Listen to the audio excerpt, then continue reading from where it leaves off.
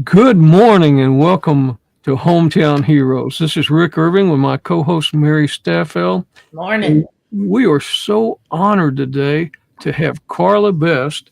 And Carla is a United States Army veteran. And she is also an athlete, uh, really doing a lot of sled hockey stuff. So, Carla, welcome to Hometown Heroes. Thank you. Thank you for having me. And I met Carla uh, about, well, it was Veterans Day, and it was at the Freedom Mobility Golf Tournament. And we got to talk and visit and just had a great time talking about what you did in the Army and how you've overcome a few physical problems to get to be on the sled hockey team. So, Carla, welcome to Hometown Heroes. Thank you. Thank you for having me.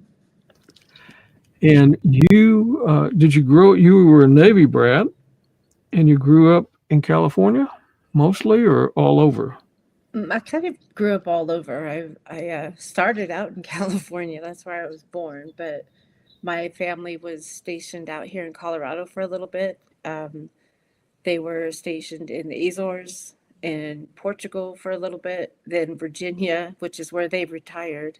And then in high school, I moved into my grandfather's house and went to Blythe, California, and lived there for, 4 years. And when I graduated, I moved back here to Colorado and kind of been here ever since, except for my little stint in the Army. Well, Mary and I have both spent some time in Colorado Springs. She was at the Air Force Academy working, Oh, and I was at Fort Carson. yeah, It's both funny ends. that We were at both ends Carson. of Academy Boulevard. Yeah, they asked me if I wanted to go to Fort Carson, and I was like, no, I want to get out. And they were like, oh, do you want to go to Fort Bragg? And I was like, sure, that sounds like fun. I think I've heard of Fort Bragg. I kind of wish I would have stayed in Fort Carson, but I had fun. Any place is what you make of it, right? I think Rick Oh had the yeah. Yeah. points going over. They're like on loop, I think. Yeah. What years were you in the Army? 2000 to 2006. Okay. So Yeah, you were there when 9/11 happened? You were already in? I was.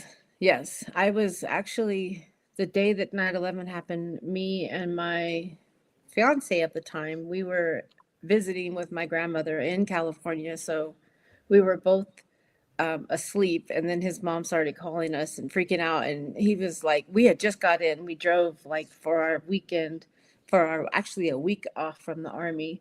We drove, and then his mom wouldn't stop calling. So I was like, there's something not right because she wouldn't be doing this. So got up and looked at the TV, and that's like literally right when I saw the second plane hit the tower, and like as soon as that happened, both of our phones started going off, and we were getting recalled, and that kind of situation. So, but we both knew, oh, we're going to war. And you did have some deployments, didn't you? Yes, So I had a one deployment, which was to Kashikhanabad, Uzbekistan, which was just a whole other sideshow of its own because it's a very toxic place. It used to be a Russian depot where they would store their nuclear waste, basically, and Fine. some of their nuclear weapons. So they're finding that a lot of veterans from K2 have a whole gamut of issues and cancers and stuff. But I was deployed there for about 11 months and Mm. then came back to Fort Bragg. And I think I had like maybe 7 months before we deployed to Iraq. Hmm. And Iraq was where I was hurt. this is a picture of your family, and your brother-in-law was Navy, your brother was Army, and you were Army. So, was your father in the military? I guess he Oh, was. yeah. He was in the Navy. So, He was the Navy guy. Yep. Yep. so you have a whole family that served our country. So, Oh, yeah. Well, our family goes back to serving. I believe my mom found all the way back to the Civil War. Wow. So yeah, That's pretty impressive. Wow. yeah. Hmm. So, what did you do in the Army? Well, I started out, it was really funny because when I went to the recruiter and I did all the tests and everything, they wanted me to be in like linguistics. And I don't know why, but my grandfather was an army mechanic in the Korean War. And I was like, I want to be a mechanic. So that's what I did. I went in and I enjoyed it. But when I got to Fort Bragg and, I was like, I think they've realized, okay, we could send Best to any school and she's gonna do well for us. So even though I was a mechanic, I trained into so many other things. Like I was doing supply for a little bit. I was helping run a maintenance support team. And then eventually, like I even did I think it's called something different now, but it used to be called ADAPC, which is the alcohol, drug, and substance abuse program. And then they sent me before 9/11 happened. Actually, no, I think it was right after 9/11 happened. They sent me to do the air load planning course with the Air Force. And um, I think it was a real quick course, but it was just basically learning how to do the load planning for air, rail, and sea to get things, packed up, people, equipment, all the logistics. And so once that happened, that became my job in the Army. I Yeah, would, a lot of people don't understand how important in an airplane you have to have that load has to be in there a certain way and so that it's yes, balanced in it and you can't have it moving around and that's a whole nightmare in itself. When we deployed, every time you deployed, you got to figure out where is all this equipment going to go, right? Because you got to get the yep, equipment and then you got to get the people in, and it wasn't like yes, on a commercial aircraft where you could, you didn't have these rows of seats and flight attendants. You were like sitting on the floor and on, yes, the guys that did it a lot were really good. You probably saw this too. The guys that did it a lot knew, and they would bring hammocks and everything so they didn't have to sleep on the cold floor and they'd sleep in between different pallets. And I'm like, oh gee, yeah, I wish someone would have told me these tricks. yeah. It was interesting because the sad thing was in the Army, there wasn't a lot of people that knew how to do that, to do the load planning. So one of my fun things that I got to do, which it was fun, but it was also hectic, was I would travel from my place in Uzbekistan and I would go to Afghanistan. I would go to Qatar. I went to like so many different places. I can't even think of all the names because there were guys that were stuck there and their deployment tours were up, but they were just stuck because they didn't have anybody to even just do their load planning to get them on an airplane to get them home. Yeah. So it felt really good to be able to be like, okay, guys, you're going home now. Let me, you know, It happens more than people know. oh, Definitely happens. it was a lot. It happened a lot. And then these guys, they would just be like sucking life because they hated it so much because they're just stuck, Right. living in a tent when you don't have to. Your deployment tour is up, so you could go home, but they're like, we've been here for a month. Yeah. So, Just waiting for someone to figure out how to get us on a plane and get us out of here. yep, Yeah. yep. Which you would not think that would be a thing. I'm sure it's But maybe different now, but back then it wasn't. yeah, it's even in 2019, there were struggles with, and I retired in 2020. I don't know what it's like today, but it's always a point of contention. They can get you there pretty quick. They don't have any trouble Oh yeah, getting you there. Just get you home. They're just not in any hurry to help you get home. yeah, that's true. And after that, then you came back, and then you had some more deployments. Yep, I came back from Uzbekistan, and then that's when I was deployed to Iraq. I was only in Iraq for like maybe 4 months before I got injured. So that was a quick one. There's That's some all right. pictures Yeah. of you. And where's this? That one is in Afghanistan. When I was actually, let me see. Nope, that was Uzbekistan. Okay. So what was really cool about that was, I don't know if you could see, but those we would do we were like basically on a little base within a little base.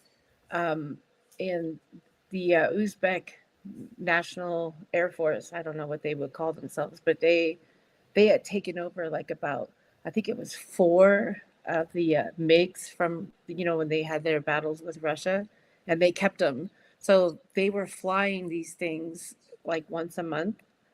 Um, so we would sneak over to their little airfield and like kind of just like take pictures of their MiGs and everything and take pictures of their stuff.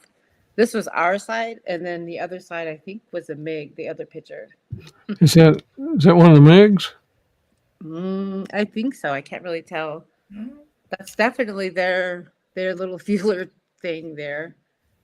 The only reason I know that that's their fueler truck is because they would just dump their fuel. That's one of the reasons it was so toxic there. Hmm. But yeah, fun times. And you were in Afghanistan for a little while before you went to Iraq. I was well, I would go back and forth to Afghanistan to fly people back home, to do their load planning, but I was never officially stationed there. She spent some time there, and not Yeah. just you didn't just do the load planning for aircraft, but then you had trucks and ships too that you had to load and unload. Oh yeah. When we deployed to Afghanistan or to Uzbekistan, my unit had two different deployments going on. So one of them I was sending to Iraq, and one I was sending with me to Uzbekistan. So I had to do rail planning, and then I had to do from the rail to ship planning. We worked with I don't know what you call them, like merchant marines, I guess would be the best way to describe them. They weren't military, but they were familiar with military, and we would rent their boats basically and loaded those things up. And then I would do like an advon party, and we would meet the ship. I can't remember where it was, somewhere in the Gulf. We met them, and then offloaded the ships, which was so much fun because you get to run around the whole ship. And I never realized that a ship like that is basically just like a ramp, like almost like a parking garage on flotation device. And we would just have to get everything loaded on and then offloaded. But to do it would take like days of just waiting for the ships to come in. When they would come in, we would offload them, and then for the rest of the time I would have like 7 guys, and we would just be waiting for our ships to come in and watching everybody else out in the Gulf. Wow, it was so beautiful. But yeah, it was an interesting life, I'll tell you that. I bet it was. It was a And lot of then fun. you went to Iraq. And what Yeah. was that your job there? Whenever you were No, there? by the time I was in Iraq, I did do that when I first got there because that was my job, to make sure that all of our gear was there properly. So once it got there, then I went back to just being a mechanic, a regular mechanic. So that's what I would do. I would do my regular job, and then they would say, they would call me up and say, "We need you to go to such and such place and, take about 5 people with you." And, I had my crew of people that, I trusted, that knew what they were doing, and they knew how to help me. So we had a pretty good system, and we would just fly out to wherever, like Doha or, back to Afghanistan, or, and then just offload or upload, get things going, send people home. But What then I were would go you a back to be a mechanic on? mechanic. What was I, what? What were you a mechanic on? I did everything that had wheels. So mostly I would do like the wreckers or the LMTVs and the Humvees, mostly. But if it We had had, wheels, I was working on it. we had a lot of those, Oh, a lot of yes. Humvees. Yes. And they did not like the sand, so we worked on them a lot. But we Uh, got to up armor them. We got to put air conditioning on them. We got to, we did a lot of stuff with our Humvees. It was a lot of fun. You still do some mechanic work on your own vehicles now, or? After I got hurt, I tried. I went to school for a little bit because I didn't realize this, but my brain was a little tweak broken a little bit from the head injury. So I'll get things into my head that, oh, I can do this, and then it's like an obsession of mine for a little bit. And my obsession thinking was, okay, I got out, got hurt, did 2 years at Walter Reed, and then I went to the VA, worked with them for like 2 years, and then that didn't work out. So in my mind, I needed to go back to be a mechanic because that worked for me. So I went to school out here in Colorado, almost graduated, but I didn't because I started realizing that I think I got scared because I knew that I wouldn't be able to physically do the job. I could do it kind of a little bit, but physically you have to be faster than what I was. And so it would take me forever to do something, and then I would have pain and I would have to stop. And, it was not something that you could do for a career. So I quit doing it. And then one day I went to try to change my battery, just the terminals in my car battery.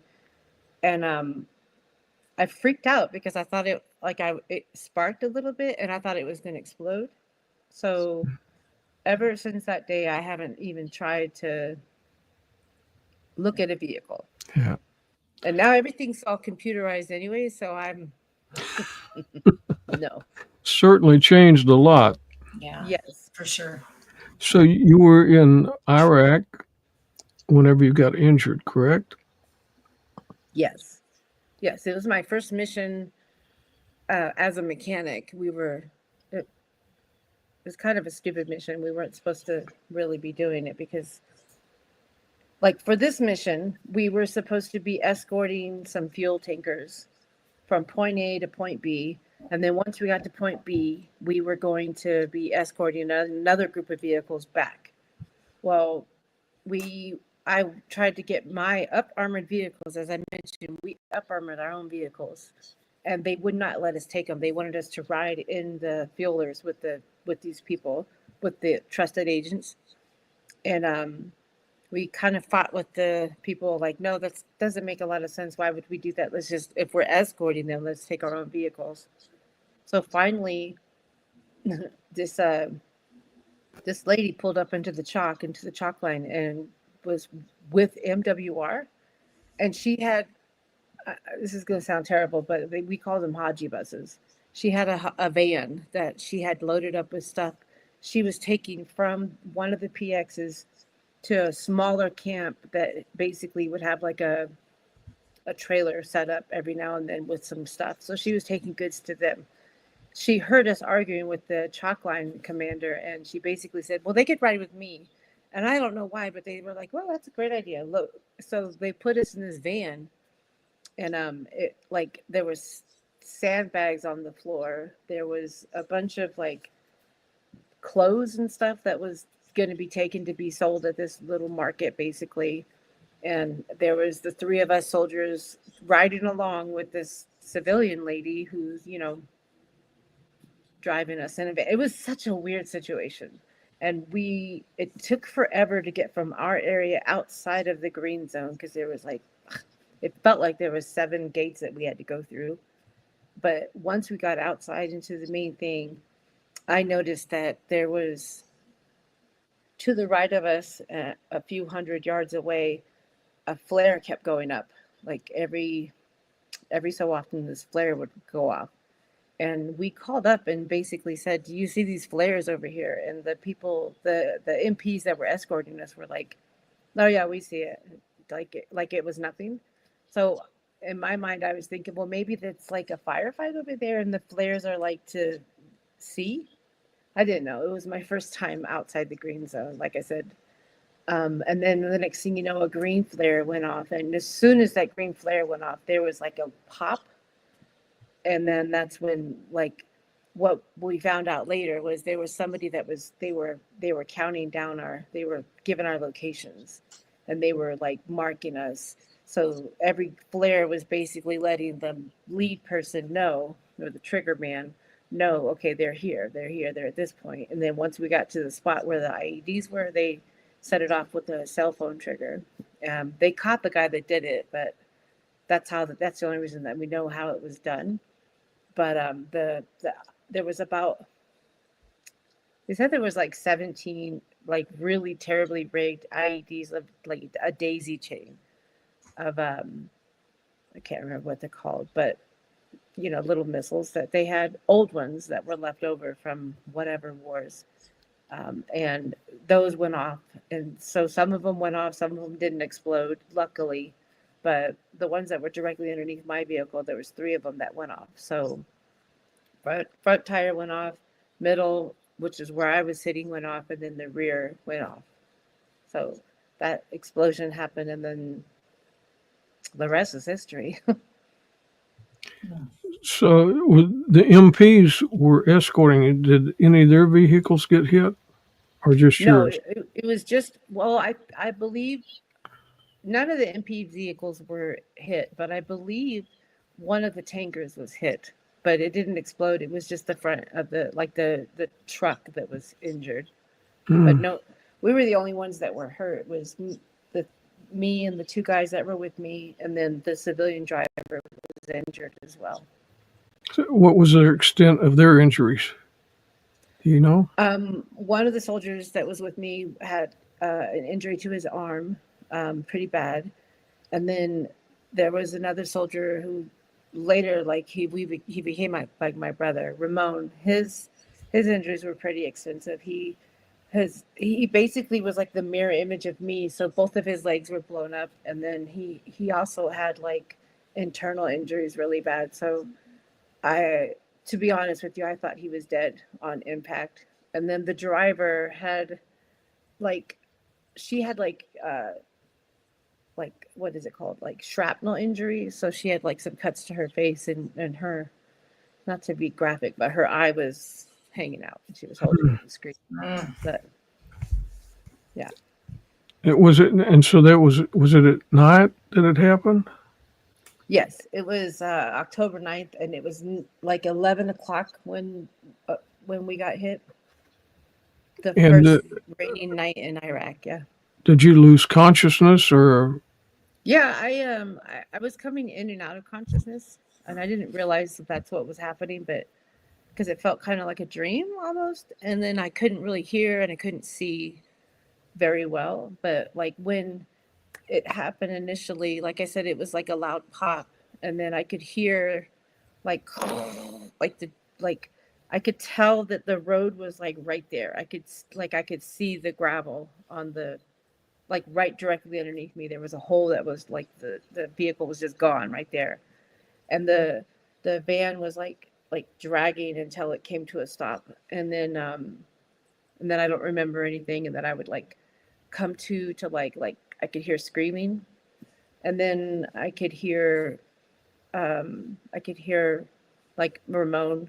Every now and then I could hear him like trying to use his radio to call up, because I was yelling at them to call up with the radio because my radio was destroyed. And then I don't remember anything. So I would just come in and out a lot. And then I remember being the last one on the van, and this really big guy coming up and being in uniform, and that's how I knew that he was like one of our guys. And he just grabbed me and threw me over his shoulders, literally like the Wounded Warrior Project logo that you see. That's what he did with me. He threw me over his shoulders, and he like fireman carry ran me out of there. And then they had like a little like circle of perimeter of safety that they had set up around us, and they were trying to get us taken care of. But it was really funny, because it's not funny, but it was funny now. But I was the one who had brought the combat lifesaver bags, and I had given one to one soldier, and then I had another one. Well, mine was destroyed, and the one that was given to the other soldier, it was such a crazy, chaotic thing that like I just kept yelling, like, we need to start IVs now. And I just remember I just kept yelling that we need IVs, like what's going on? And it was just so shocking, the situation, that like nobody was really doing anything. And to me it felt like a very long time, but in reality it wasn't. Like they had the rescue people there pretty quick. Like I remember when the helicopters came in, and the guys showed up and they were giving us our IVs and stuff, it was like, thank you, finally some IVs. I don't know why, but I was like, that was stuck in my mind. We're gonna go into shock. We need IVs. So they airlifted you out, and they airlifted you to a place where you saw somebody familiar. Yes, when they airlifted us out, the first place we went to was Landstuhl. No, we were going to go to Landstuhl, Germany. They lifted us out to Balad, and that was when they got us off the helicopter. I remember my brother was there because that's where he was stationed. He was in the reserves. So I remember hearing him yelling my name. And that's when I was like, Anthony, is that you? And he was right there. And it actually, since I got hurt at 11 on the 9th, his birthday's on the 10th. So I just remember the first thing I said to him was, happy birthday, baby brother, and then he stayed with me for like the 6 hours that I was there. And then once I got airlifted out of there to Landstuhl, he obviously stayed behind. But yeah. And they stabilized you there and then took you to Germany? Yes. And then I was in Germany for about, I think, five days. They And then did I went on to Walter Reed. They did some surgeries in Germany? Yeah, they did. They weren't really sure what they would need to do because my left leg was pretty damaged, pretty bad. Like the knee was gone completely, but it wasn't a full like amputation. So they were trying to save the leg and they were trying to get me to Walter Reed so that the bigger surgeons could have a look at it and see what they could do for me. So what they did was they put like a small external fixator on my leg to try to stabilize it, which it really didn't stabilize much. Like I was in so much pain because every time they would move me, that it would just shift and the bone would just be like, so it was the most painful thing I've ever experienced in my life. And it was like prolonged pain because, like I said, 5 days at Landstuhl and then the flight home to Walter Reed was hell. But they did that surgery there at Landstuhl. And then I remember that as they were I don't remember who did it or when it was exactly, but I remember somebody gave me a little bottle with here's your shrapnel. You'll want to keep that because all the guys want to keep their shrapnel. So I have a bottle of a couple of little rocks. But I just remember getting to Walter Reed. And then once I got to Walter Reed, I remember hearing my family, but I couldn't see them. And then I was in so much pain that they just wheeled me straight back to the reception area and the triage area, I guess they call it, and then doing x-rays and stuff. And then by that point, when I finally got to see my family, I hated everybody. And I just wanted to go to sleep. But yeah, yeah. And your other leg, it received a lot of damage too, correct? Yeah, I almost lost the other leg up actually higher than my knee. I had a lot of blowout. I'm missing about 40% of the quad muscles. So basically 2 of the 4 quad muscles were damaged. And then it looks like a shark took a big bite out of my thigh. And then my lower leg, I had some through and through injuries. So there's on one side, it's pretty scarred up pretty bad. And the other side, you just see where they went in and cut. And, I have a bunch of stitch lines down there. But yeah, it's pretty. I always tell people that I got bit by a shark. Especially the kids, huh? Oh, yes. Yep. But that's probably not uncommon whenever you have an injury like that from an IED that both your limbs are affected. I've got some friends that, they lost one, had one leg amputated, and then the other leg has a lot of damage too. So it's pretty common. I'm pretty lucky in the way that my leg was damaged. I still have muscle. I still have the strength in that leg. It's just your muscle and your body learns how to adapt and overcome basically, and then it reforms and it grows in different ways, So I'm very lucky. How long were you at Walter Reed? I was there for 2 years. I was only there for that long because they were trying to, like I said, they were trying to save my leg. So I was doing limb salvage for about a year, maybe. And then finally they fused it. So it was basically like, you know, straight out fused. I couldn't bend the knee anymore. Um, and then I was supposed to be able to use that to walk on and just like stiff leg it, but I couldn't walk on it at all. So I asked them for an amputation. So they finally, after I had to go and prove that I wasn't, you know, having mental illness issues, and I had to prove that it was like all these different things, they finally approved the amputation. And And so that started a whole different kind of physical therapy once you got the amputation done. yeah, because then I got better pretty quickly after that happened because a lot of the pain that I was having kind of changed to now it was like phantom limb pain and that kind of an issue. So then I started learning how to walk on the prosthetic leg. I at the time it I did okay, but it's very, I don't know how to describe this, but it's painful to walk on a prosthetic leg if you don't have the right fit. So, and then, like I said, my brain is a little bit broken, so I would get frustrated and quit. I would do that a lot. I would get a new leg, new socket would be made for myself, and then I would walk for a little bit, have pain, and then get frustrated, and then just give up, lean the leg up against the wall, and that's where it lived for, until I decided, okay, I want to try this again. I did that for years of, getting involved in physical therapy, leaving physical therapy, going back to physical therapy. But it wasn't until I got involved in sports again that I actually started really doing it hardcore and getting back into it and not letting myself get frustrated and quitting on myself.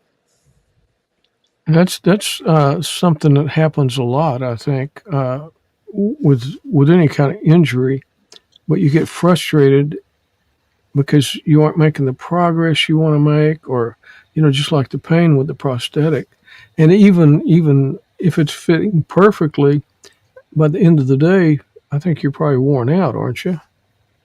Yes, it takes a lot out of you because I think I had one of my physical therapists say that you're expending like over 30% above the energy that most people do just to walk because your muscles are not working the same way. And even though it's a computerized knee, you're still it's a heavy weight that you're carrying on your limb, and it's pulling on your limb.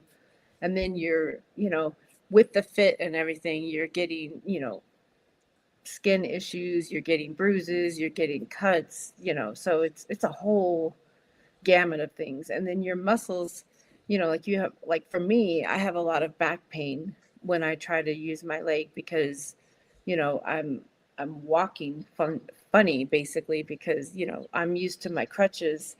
So my body mechanic has shifted completely.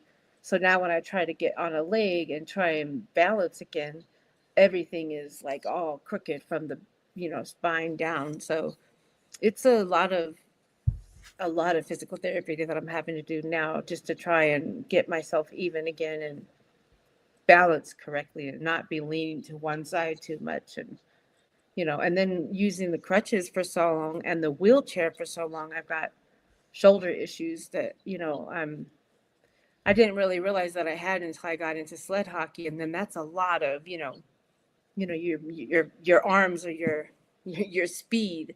So, yeah, I'm doing so much physical therapy now that it's like, I hate Jerry Duvall for getting me into sled hockey.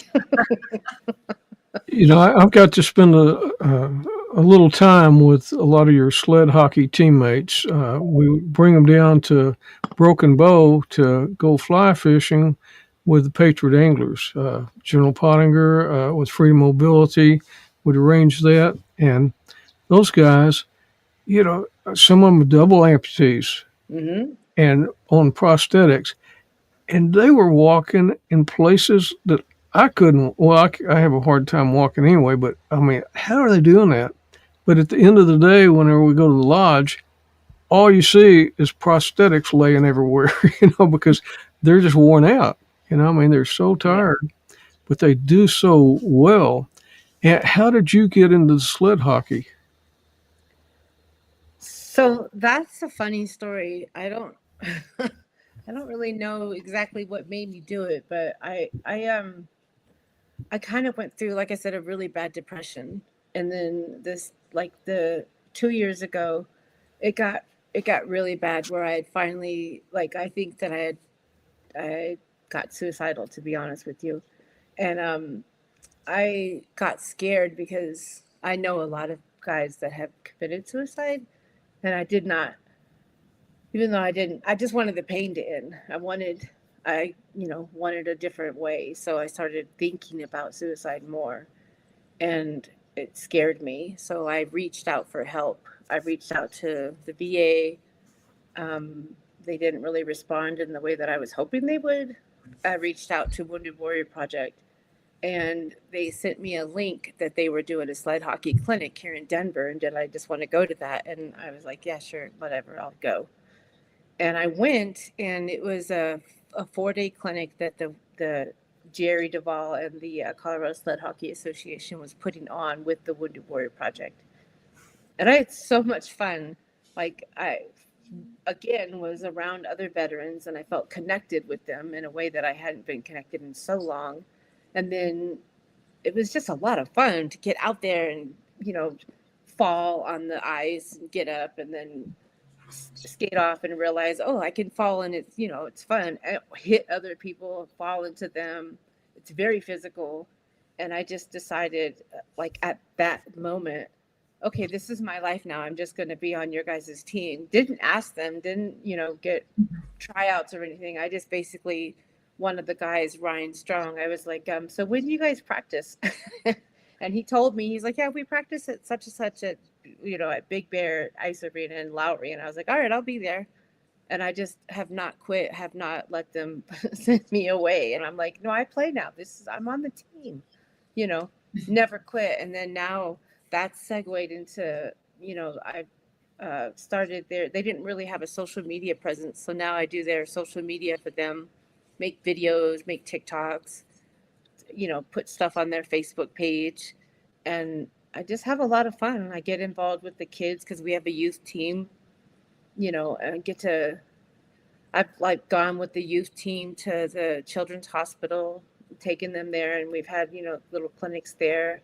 It's a lot of fun. There's so much stuff that we could do with the Sled Hockey Association, but it is a lifesaver. It really is.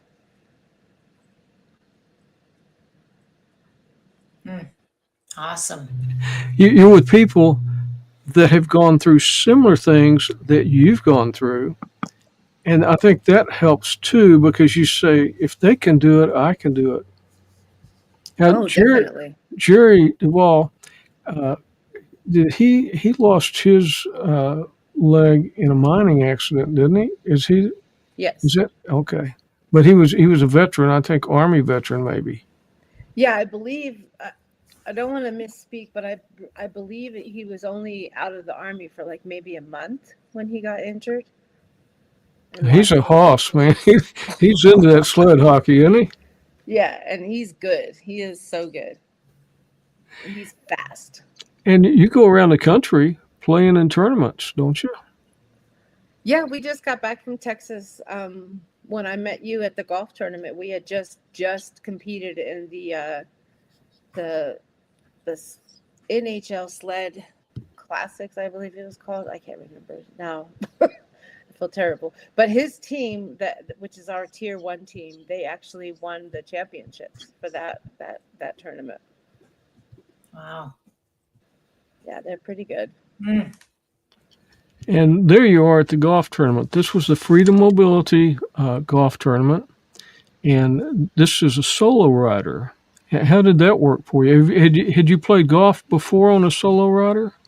I've never used a solo rider before. I have not golfed since I got injured. I used to golf when I had both my legs, but never used a solo rider. It was, I don't know if I had more fun golfing or riding the solo rider around because it was so much fun.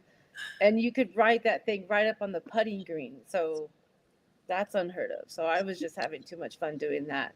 It was a lot of Those fun. are remarkable little vehicles. I mean, Oh, they're we've used so them fun. several times, and we Freedom Mobility's also uh, given some of our wounded warriors solo riders so they can get on the golf course. But it can that seat swivels around, and then it puts you at the exact kind of position that would you be if you were standing up. So Yeah, yeah, it's great. And then it has, so like I just the one leg, but Jerry can golf with both of his limbs missing, and he just straps himself in, and that will lift him up like, as if he's standing, hold him up where he can, he doesn't have to get up out of his seat or anything, and then it's just, you know, golfing away. It was a lot of fun. it was, and it's so amazing to see all the people out there. A lot of them using solo riders. I think Rob, she was using just a regular golf cart, wasn't she? Or did she? She had a regular golf cart, and then she would kind of grab her crutches when she needed them. And then we had a couple of like one of the gentlemen that was golfing with my team. He was a double amputee below the knee, and he was using his prosthetics to golf in, and he was really good. But so there was people that were using their prosthetics, and then there was other people that were on the solo riders like me. And, We had really enjoyed it. one fellow, Zach. He's with the Fort Worth Police Department, United States Marine veteran, and he was only the second double amputee to complete a police academy and become an active duty policeman. You probably saw him out there too. So uh, he's remarkable. It's Isn't just that incredible? it is. It is. And they have so much fun. There was another fellow, Carlton, was from Florida. Was that his name, Carlton? Uh, and he was having a blast too. And our friend Mary Johnny Yellick, he was out there, and Johnny has had a lot of problems with his legs too, and they were able to salvage them. Or I don't know if that's the correct word or not, but it was so good to see him out there with this other veteran, helping him, get everything right to hit the ball, and just to see the camaraderie and see how people have overcome the worst thing that has ever happened to them. So Yeah, isn't that what it's about? Isn't that great? Yeah, yeah, I think that's what we hear the most with things like this, and is that what you really miss when you go through what you've gone through is you're not a part of that group that you were. So you had all these relationships and all these things you did and all that camaraderie and fellowship, and then this happens, and now you're separated from what really was the glue that held everything together, right? And so you're separated. So this is another avenue to make you not be separated anymore. You're just with a different group than you were before. So we find that we hear that frequently, right, Rick, on the wounded warriors that we've had on. That's been a common theme, is it's more about, now I'm engaged again. Now I'm engaged in life again. And I'm not Yes. sitting on the sidelines watching it like it's a picture show, right? So that's really great that you were able to do that. I hadn't seen one of the solo riders in action, so that's pretty cool. they are very good vehicles. But Yeah. it's just uh, you're an inspiration to so many people. You know, uh, and that's what's a facet of your life, is that you can inspire other people, not just the people who have suffered injuries like you, but other people to see that you can go do that. I mean, I don't even want to get on the ice, much less on the sled. Me neither. Don't But tell me that because I will make you get on the ice now. oh, You will have fun. I probably would, but at least I wouldn't have to fall as far as Mhm. I would if Yeah. I was ice skating or something. So, um, but you've overcome so much, and it takes a lot of support, but it takes a lot of stuff inside Mhm. because it's not just the physical part, but it's the mental part, the psychological part. And I know that through your journey, you've had a lot of time to think, and because your life took a whole different course, and It now did. you're making the very best of it, and I am that's now. I lost a lot of time not not wanting to be a part of life anymore. And even when I, you know, wasn't having bad, deep, dark thoughts, I still was not connected to life. I was not living. I was, refusing to leave my house. I was very agoraphobic. I didn't want to have anything to do with anybody. I didn't trust people. I didn't, like people. I always say people be peopling, and I don't like it, but, I met Jerry, and like he's inspired me so much, and he gives so much of himself, and I just see the positive impact that he can have. So that's my goal now, is to get as many veterans involved in, if it's not sled hockey, then let it be something else, just something that, motivates you and gets you connected again, because that connection is what we're missing. That, you know, when I was at Walter Reed, I had a new connection. Like, I lost my connection with my active duty Army guys, and then I was at the hospital and I had that kind of a connection. And that was 2 years of, you know, total support and total, like, everybody was there to like buffer what was going on. But then you leave Walter Reed and you are literally like thrown to the wind, and just like, okay, there you go, you're done.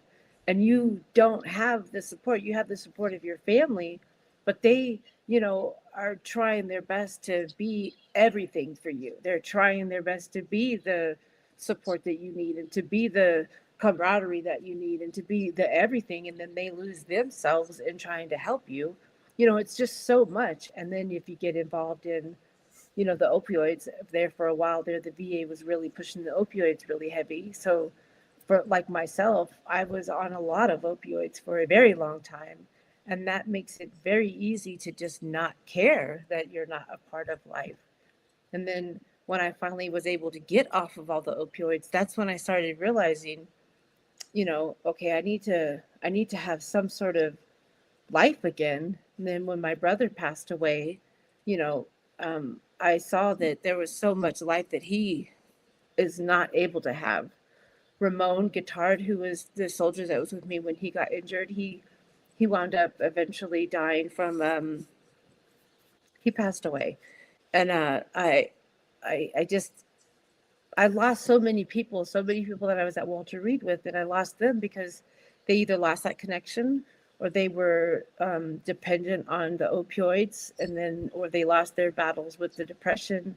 Like the wars, it's still there. It's always in the back of your mind, and you have to find something. And when I was able to find sled hockey, I realized, okay, I need to stay involved in this. I need to, you know, have fun with this, keep it, this is what my purpose is now. So when you get a purpose again, you just have to share it. You can't gatekeep that. You have to share it with as many people as you can, Mhm. and like, look at these smiles on that kid's face. Look at this. I mean, how could you not want to be involved in that? Well, and I think you took it, you don't, you could go do the sled hockey, but that's, you go, you do it. But what you did in addition was that you found your purpose, right? And you said that earlier, your purpose. Now you're promoting the team, you're doing the Instagram. So it's not just what you're doing when you're there. You have other things that you're able to do that give you that sense of purpose. And we all need a sense of purpose. That's that. Otherwise, we're rudderless and we just get lost, right? So you need a sense of purpose, and I think you gain that as well. Though I don't like the beat Chicago part. Well, they beat us that night.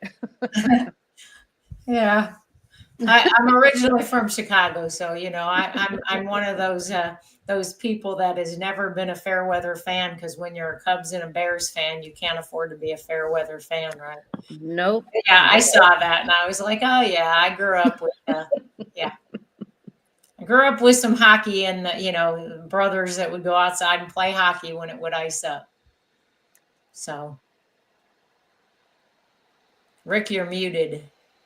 Said anything yet? So Oh, okay, you're talking, and I'm like, I can't hear you. yeah, Carla is coming back to Fort Worth, and hopefully you'll be here on the 26th for the Armed Forces Bowl luncheon. Yes. And then on the 27th at the Armed Forces Bowl. And you're going to get something that you need very badly, and that's a vehicle. Yeah, can you believe that? Like, oh my God, I'm so blessed. Yeah, the Freedom Mobility Foundation, Subaru, their mobility works as well. They're working together and they're getting me this vehicle that I'm so blessed. It's a Subaru Ascent, and they're gonna put a lift in it for me. They're gonna do some hand controls, and then it's big enough and it's an all-wheel drive vehicle, so I'll be able to, like, I already have plans of who I'm going to be picking up and taking their gear with me and going to practice with. Like, Oh, that's great. This is I a can't similar. wait. This is a similar vehicle that you were able to go see Yes. up in Colorado Springs, and there Yeah. you are inside it, and that's going to be an exciting afternoon, to say the least. And that's going to be at the Armed Forces Bowl, and just to present one of our veterans a vehicle with mobility devices in there. It's not something that just happens on the 27th. This has been months in the works, and we certainly have to give a big shout out to Brant Ringler with ESPN and the Armed Forces Bowl, because Brant made the connection with Hilly Subaru and with Subaru Corporation to arrange that. And then Freedom Mobility, we partnered with the Armed Forces Bowl and with Hilly and with Mobility Works to make all this happen. And there's other people in the background. There's a friend of mine that's on the board of directors with the Fort Worth Air Power Council, Orlando Reyes. That's a farmer's insurance guy, and he helps Freedom Mobility with the insurance for these vehicles until we present them. So there's a lot of people that are all involved in that, and it's so fun to go through that process, and then at the game be able to present our veterans with a new vehicle like this. And I'm excited because you're going to get something that you really need and that you can use. And we just thank all the people, all the sponsors, all the donors that make that possible. So I want to see some pictures of you loading all the hockey players up to go someplace in it. You're going to see it. You're totally going to see it. You know me, I'm going to do videos of it. I'm going to be posting videos of it. Instagram, TikTok, it'll be everywhere. It'll be everywhere. Yes. But at freedommobilityfoundation.org, you can learn more about Freedom Mobility and the things we do. And there's a place for donations, of course, so you can help other veterans just like Carla. And the Armed Forces Bowl, at armedforcesbowl.com, you can go, if you're a veteran or military, you can go there and get some free tickets. And also on the 26th, it's the Armed Forces Bowl luncheon, and there's still tickets available for that. And that's a fun luncheon because you have both football teams, the coaches, and the players, and then you have a lot of veterans and military there. And we'll Yeah, be it's there going to be a with lot of you, fun. Carla. Yeah, I So can't wait. I cannot wait. I am so excited. that's, I've been very blessed, like I said, blessed to meet people like you, blessed to be involved with the Freedom Mobility Foundation, blessed to be a part of Colorado Sled Hockey Association. It's just, once I reached out and asked for help, you guys have just opened arms, and you're there for me, and I cannot thank everybody enough. we can't thank you enough either, because you got this injury serving our country, and you've been through so much, made so many sacrifices for us that it's the very least we can do for you. Well, it's nothing least about it. Thank you. It's a huge, huge, huge thing. It's very huge, and I'm 100% grateful for you guys so much.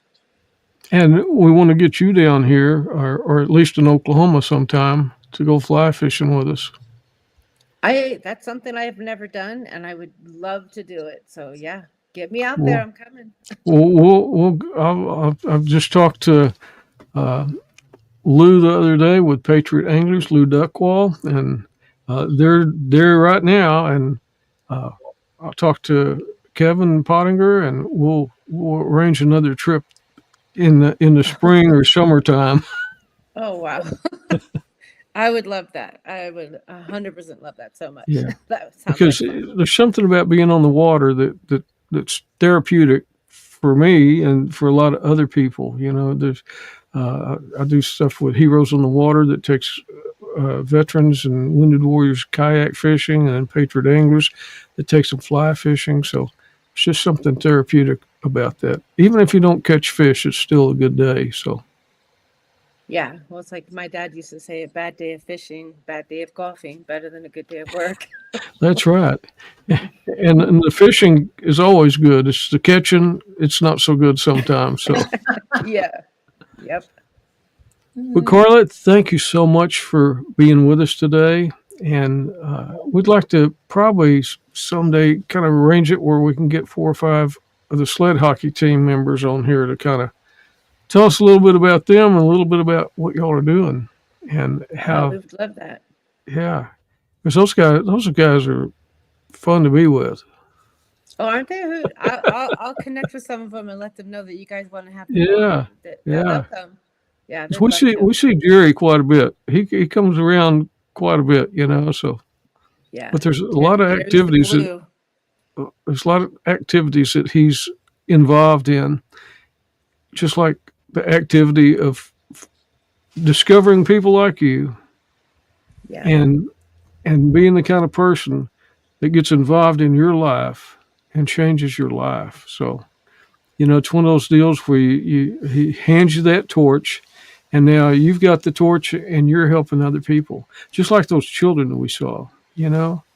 Uh, Yeah. they've got the mobility issues, but then they see people like you that have overcome a lot of those same issues that they have, Oh, and that Rick, they're already going, like I said, to the children's hospital themselves as these youth, and they're already inspiring other kids. So, man, and they, that's something that we talk about because we have a lot of people that have been injured, like Shiloh Harris and you know burn survivors and people that have lost limbs, and a lot of them got inspired by somebody rolling down the hall or walking into their room that's much worse off than they are.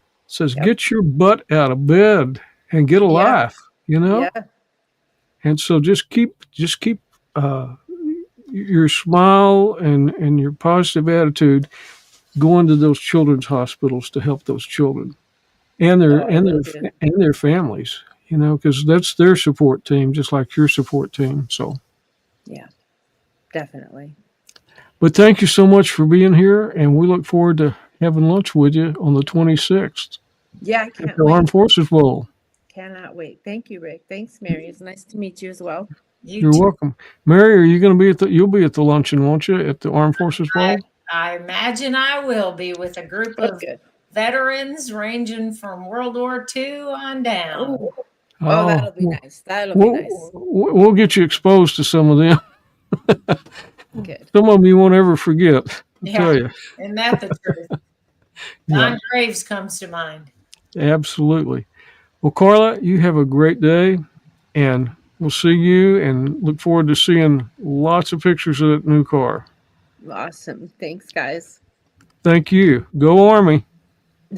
Beat Navy. But the Army will not be at the Armed Forces Bowl because they've got too good a record. So I mean, I think they're undefeated. So Maybe the Navy will be there. yeah, It's Well, looking like it's a pretty good projection. It could be the Navy. yeah. That would be nice. Yeah. Taking I my think- dad there, so he's Navy, so he'll enjoy it. And that's coming up just in about maybe this next weekend is whenever they're going to have all the bowl announcements. So Oh, I'll that'll keep be an eye out. exciting. We'll see you later, Carla. Thank you so Awesome. much. God bless. Bye bye. God bless.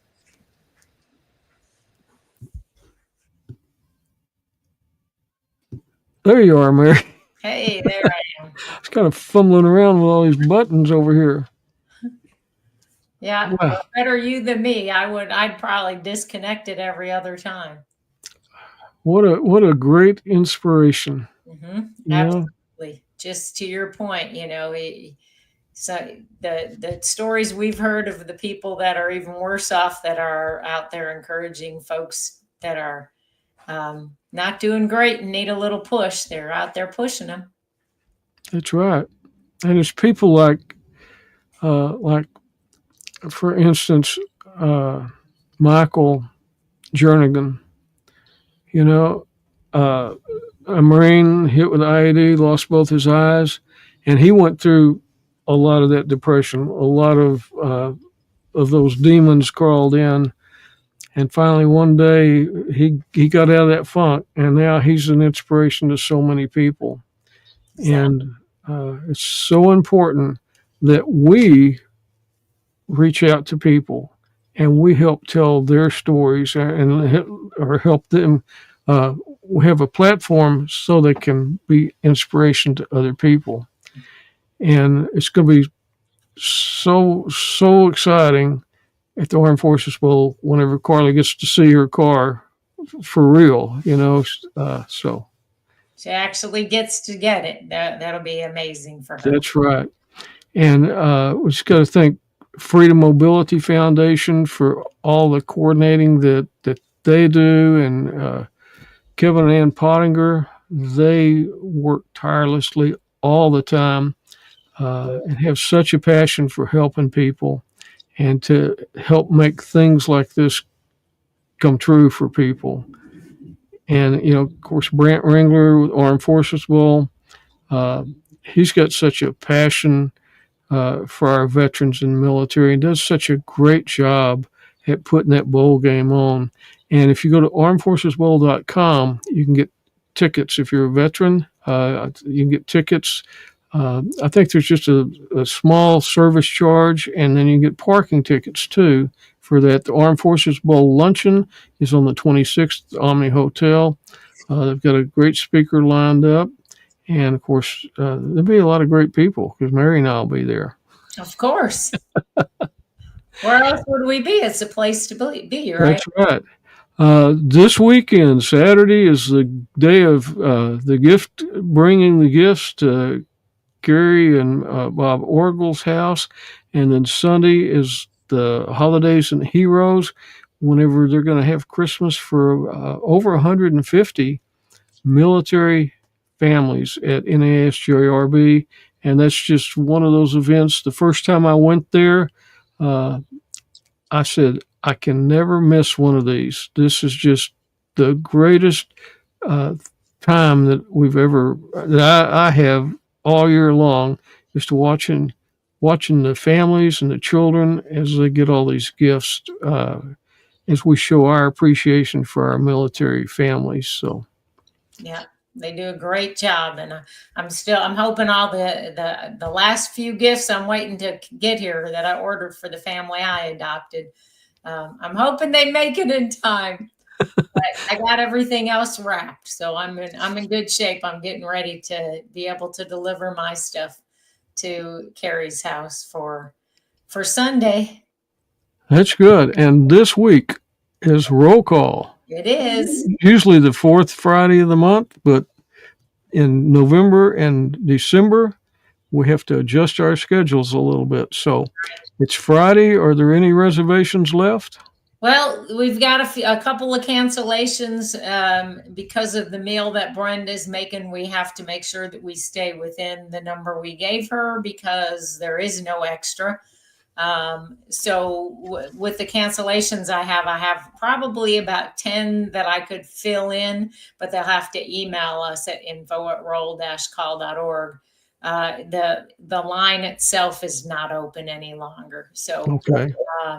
the only way to get those seats that folks canceled out on is to email us, and that's how that will work out. But we'll have, we always do entertainment. We started doing that a few years ago so that the December lunch is a little bit more of, folks just visiting and enjoying the sounds and the sights of the Christmas season. And so we have the folks from the All Saints Episcopal School, the high school choir will be our entertainment, and they'll be doing Christmas songs. So it's going to be really cool. I've talked to a few of the vets, and they're really excited because they really enjoy hearing the young people and hearing them sing and then engaging with the young people. So it's a neat time, too, for the students to get to interact with the vets, which, they may not get to do that very often. That's right. And All Saints is just across the freeway from where we usually meet, or where we met for the last several years. Birchman Baptist Church are doing renovations, so we're at the Willow Park Baptist Church. But All Saints is right there, and I've wanted to get them more involved. I mean, because they could walk over there Right. to serve lunch, or I'd like to maybe get their history department involved to do interviews with our veterans. There's a lot of possibilities with that. So absolutely. And our friend Tim Klund, his wife works over there, so it's a nice little connection to. Yeah, my next door neighbor's a teacher there too. So I've kind of dropped the bug in her ear to she does the photography classes and stuff, and I think this would be a great way for those students to come and do portraits or whatever for our veterans and be able to talk to them and get to know them. So visit us at roll-call.org and find out more about roll call. This month is the month of Christmas, and our friend Larry O'Neill with Fort Worth Memories Museum, who's instrumental in our podcast, getting it going and helping us and giving us a place to stay or in our growing stages there at the museum. He has his annual bike drive, December 14th. And I'm sure he's going to give away at least 1,000 bikes. You don't have to fill out anything. You just show up on December 14th at Farrington Field off Lancaster and University Drive. And there's a place here that you can scan to learn more. You can buy a bike, take it down to Larry at Fort Worth Memories Museum, or you can just send the money and they'll buy a bike. So that's just a great organization. And Larry has given away tens of thousands of bikes to children in Fort Worth.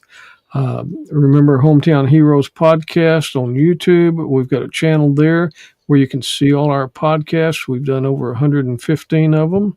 And there's our logo for Hometown Heroes. And do we still have some beds available, or? As far as I know, there's still those 3 rooms, double occupancy. So one that week in June, I think it's the 15th through the 21st, and then 2 rooms, double occupancy. So 4 people, the 14th through 20th of September. And this is one of our roll call members, Dwayne Lee, and he does several trips to Normandy. And this is just a small group, and you spend several days, seven full days. You get to see Paris, you get to see the beaches around Normandy, and just learn a lot about the history. And Mary, you're going to be going there next year, yeah. Well, we're my husband and I had some other plans that interfered, so Uh-oh. we are going to have to wait another year to Take a rain check for it. Yeah, but Dana has gone, and he on this particular trip said it was worth every penny. That he doesn't even know how they do it for that cost. It's so busy, and the places they stay are nice, and the food is great. And he said, I don't even know how he does it for that cost. To him, it would seem that it would cost a lot more. So it's a good deal, and you definitely you're gonna see a lot. Absolutely. A great tour. Our friend Thomas Holder, he's listening today. One of our newest Fort Worth Air Power Council members, and he's a great guy. Thomas just is involved in everything. He's got such a passion for our veterans and for serving. So we have somebody else that said our chief of staff's daughter will be singing in the choir. So, awesome. And Daiquiri has been coming to volunteer every lunch too.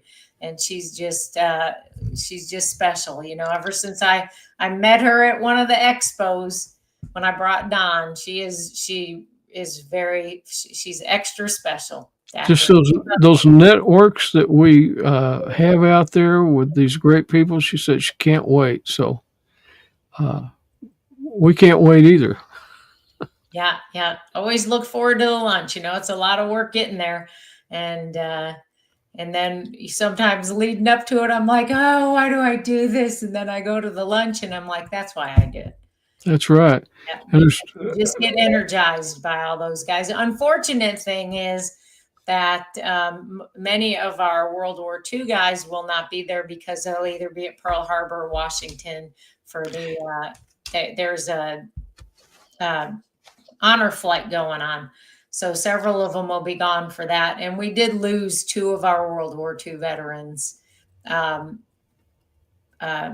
So we put the word out on that. Dave Turnbull, we lost on the 21st of November. And, he was just one of those guys. He was just so quiet when he'd come to the lunch, and you'd bump into him and you just forget. When you talked about the World War II guys, it was almost like you forgot that he was one of the World War II guys, but because he wasn't boastful or he wasn't loud and all that kind of stuff, but he was just a really good guy. And then we lost Bill Kelly, one of our oldest, 104. Just lost him a couple of days ago, and that one really, really stings because we've spent a lot of time. We've taken Bill a lot of places, and that one that stung pretty bad. But he went on the Normandy trip in May, and so that was a blessing that he got to go back there because he was a navigator over Europe, and he was part of the first group to go in over Germany when we entered the war. And after the war, he was dropping food and supplies over Paris. And so he did his duty, he served his country, and up till the end, even at his birthday party in September, it's just still telling stories of you walking just with a cane. He didn't even half the time use a walker or anything else, but just an amazing man, and that one definitely stings. Yeah, and we get to do so much with people, and our friend Joyce Godwin has the suites at the Ranger game.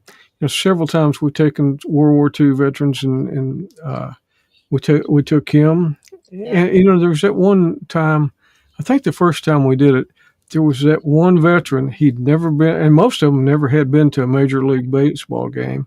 Right. And he wanted to make sure he had all the Ranger shirts and everything, and it was so exciting to be able to provide that for him. Yeah, I think that was John Boswell. Yeah.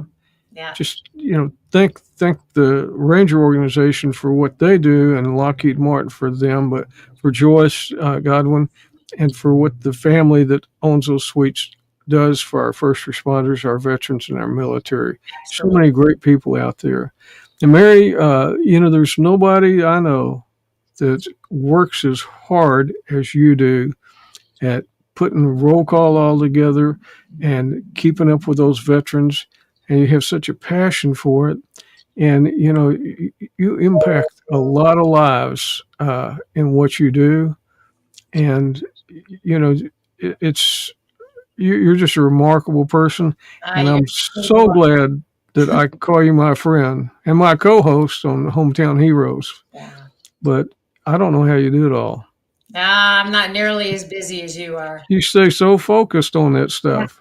You're way busy. I get to do a lot of mine on the computer. You have to do yours in a lot of other places. Well, sometimes. And anyone that's watching, if you are not going to be at the luncheon on Friday, and you are able to get on base at the chapel at 10 a.m. on Friday, they'll do the Pearl Harbor Remembrance. So feel free to go join in over there. Ed Uriseri, I don't know if I always butcher his name. He is going to, I talked to him yesterday and asked him if he would be, since our World War II Navy guys are unavailable, he's a Korea vet, would he be willing and able to go do the wreath laying? And he said that would be the honor of his lifetime. And that's the stuff that I get to do that's really neat, is making sure that these guys and gals get out there and get a little bit of honor and get a little bit in the spotlight and do something that's meaningful to them. So, and he's just such a neat guy. He's got a lot of stories. We had him on our podcast a year or so ago and had a lot of stories to tell. So, yeah, very, very, very incredible guy. So I'm blessed. We're blessed, Rick, by what we get to do. And, we'll, good Lord willing, and the creek don't rise, we'll keep doing it for a little longer. That's right. I hope we get to do it a lot longer.